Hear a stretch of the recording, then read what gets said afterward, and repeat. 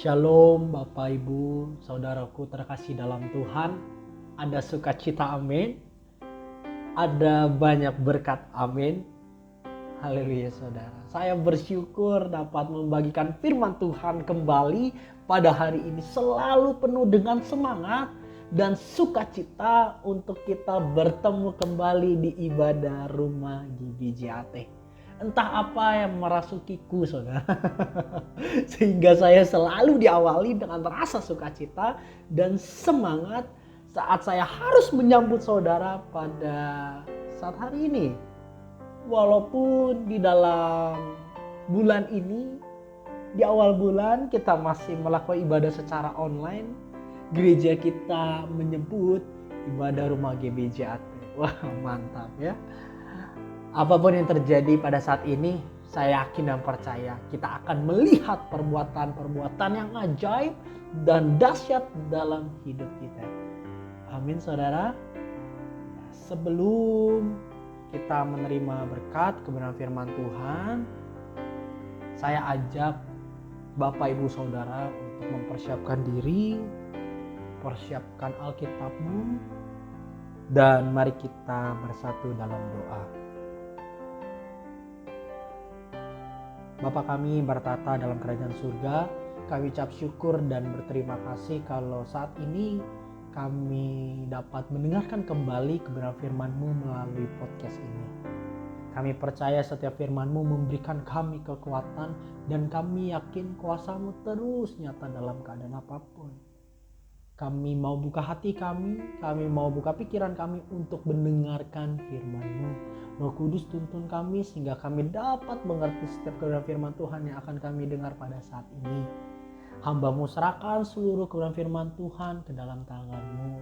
Hanya di dalam nama Tuhan Yesus kami sudah berucap syukur ya, siap mendengar firman Tuhan. Katakan amin. Haleluya saudara. Firman Tuhan yang akan saya bagikan pada hari ini dengan tema pencobaan menghasilkan ketekunan menjadikan sempurna. Waduh, cukup panjang ya temanya ya.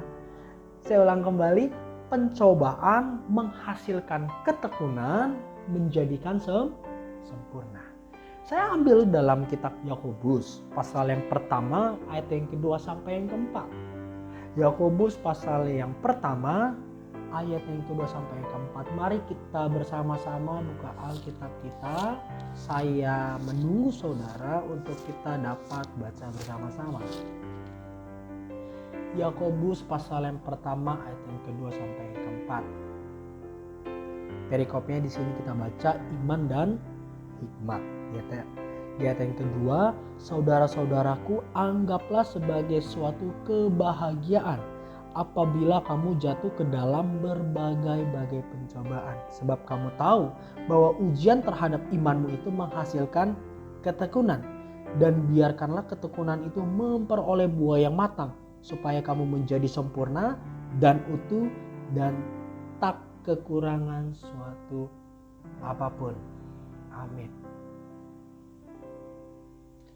Di sini kita sudah simak firman Tuhan. Di ayat yang kedua tertulis bahwa anggaplah sebagai suatu kebahagiaan apabila kamu jatuh ke dalam berbagai pencobaan. Kalau dalam versi BIMK-nya tertulis bahwa saudara-saudara, kalau kalian mengalami bermacam-macam cobaan, hendaklah kalian merasa beruntung. Waduh saudara, bagaimana menurut pendapat saudara gitu ya mendengar firman Tuhan ini? Suatu kebahagiaan, keberuntungan bagi kita apabila kita jatuh dalam pencobaan. Saat ada masalah menjadi suatu kebahagiaan buat kita. Apakah benar saudara bisa merasa bahagia saat dalam pencobaan masalah gitu ya? Apa Alkitab salah tulis gitu ya? Biasanya yang membuat kita bahagia saat kita dapat menyelesaikan masalah, saat kita dapat keluar dari masalah, saat kita tidak memiliki masalah. Wah, itu menjadi kebahagiaan besar buat kita. Tapi ini saya pastikan saudara, Alkitab nggak salah tulis kok. Tetapi pemahaman kita lah yang tidak tepat. Makanya lewat kebenaran firman Tuhan hari ini yang meluruskan pemahaman saudara saat ini. Bahwa pengertian sederhananya dalam firman Tuhan yang sudah kita baca, bahwa kita berbahagia saat dalam mengalami masalah. Bukan berbahagia atas masalah orang lain gitu ya. Seringkali disebut berbahagia atas penderitaan orang lain gitu ya. Tapi firman Tuhan bukan berbicara seperti itu. Firman Tuhan berkata bahwa kita berbahagia saat dalam mengalami masalah. Alkitab mempunyai alasannya yang jelas bahwa di dalam ayat yang ketiga kita lihat, sebab kamu tahu bahwa ujian terhadap imanmu itu menghasilkan ketekunan. Masalah dalam hidup menghasilkan diri kita menjadi tekun melalui masalah. Sekali lagi, melalui masalah dalam hidup menghasilkan diri kita menjadi tekun. Sama-sama katakan, menjadi kita tekun. Amin. Kita dapat menghasilkan ketekunan jika kita mau menghadapi masalah. Tetapi jika kita lari dari masalah, tidak akan menghasilkan ketekunan. Nah, dalam kitab Ibrani pasal yang ke-10 ayat yang ke-23 sampai ke-25, di sini tertulis tentang ketekunan. Dalam kitab Ibrani pasal yang ke-10, saya ambil dari ayat yang ke-23 sampai yang ke-25. Dalam kitab Ibrani pasal yang ke-10 ayat yang ke-23 sampai yang ke-25. Di situ kita lihat perikop di atasnya ketekunan. Ayat yang ke-23, marilah kita teguh berpegang pada pengakuan tentang pengharapan kita, sebab Ia yang menjanjikannya setia. Di poin yang pertama, ketekunan iman dalam Yesus. Berbicara tentang ketekunan dulu saudara ya. Ketekunan iman dalam Yesus. Banyak godaan yang terjadi dalam hidup ini yang menggoncangkan iman kita. Ada banyak orang yang merelakan meninggalkan imannya kepada Yesus demi jabatan, pasangan, harta, dan hal-hal duniawi yang menawarkan itu. Mari kita diingatkan kembali bahwa kita berpegang teguh akan pengharapan kita, yaitu kepada Yesus Kristus, saudara. Sekali Yesus tetap Yesus.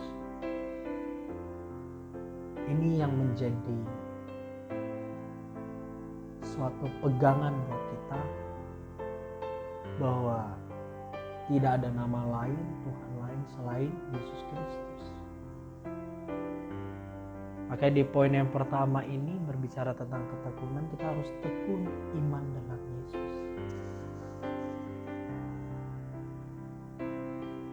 Dan kemudian di poin yang kedua,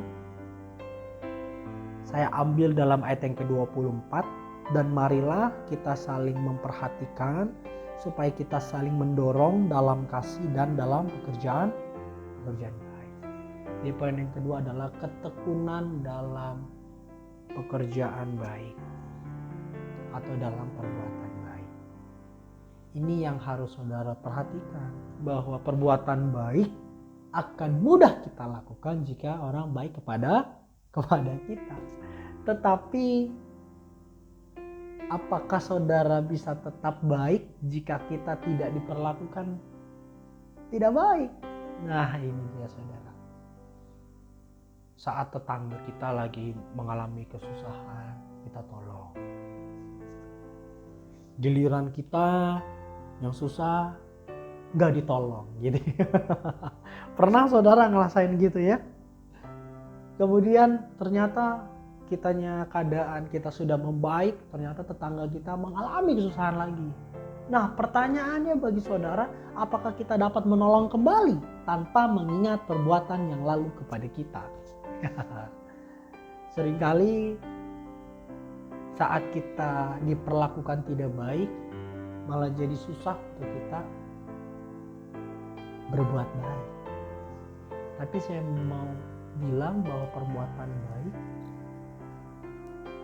tanpa melihat kondisi apapun, mau dia baik atau tidak, aku tetap baik.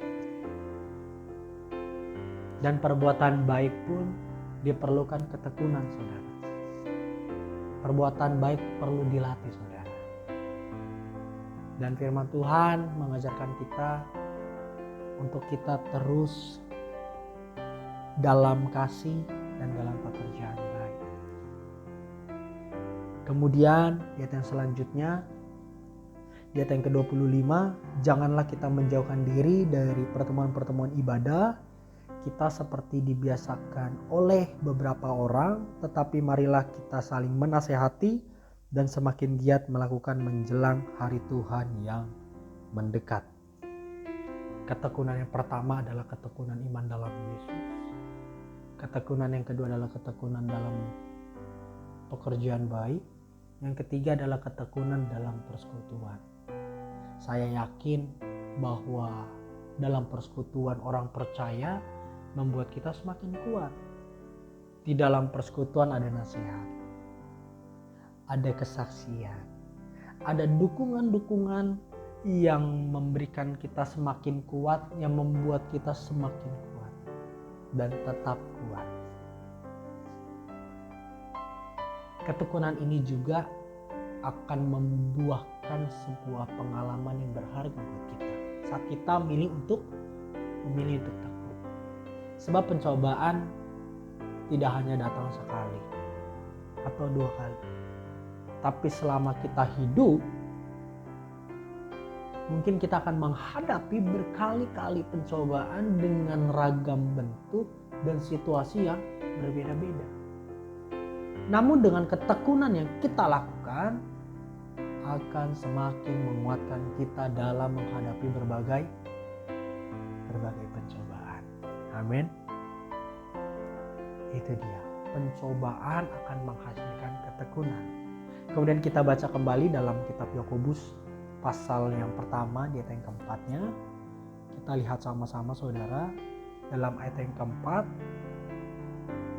Dan biarkanlah ketekunan itu memperoleh buah yang matang, supaya kamu menjadi sempurna dan utuh dan tak kekurangan suatu apapun.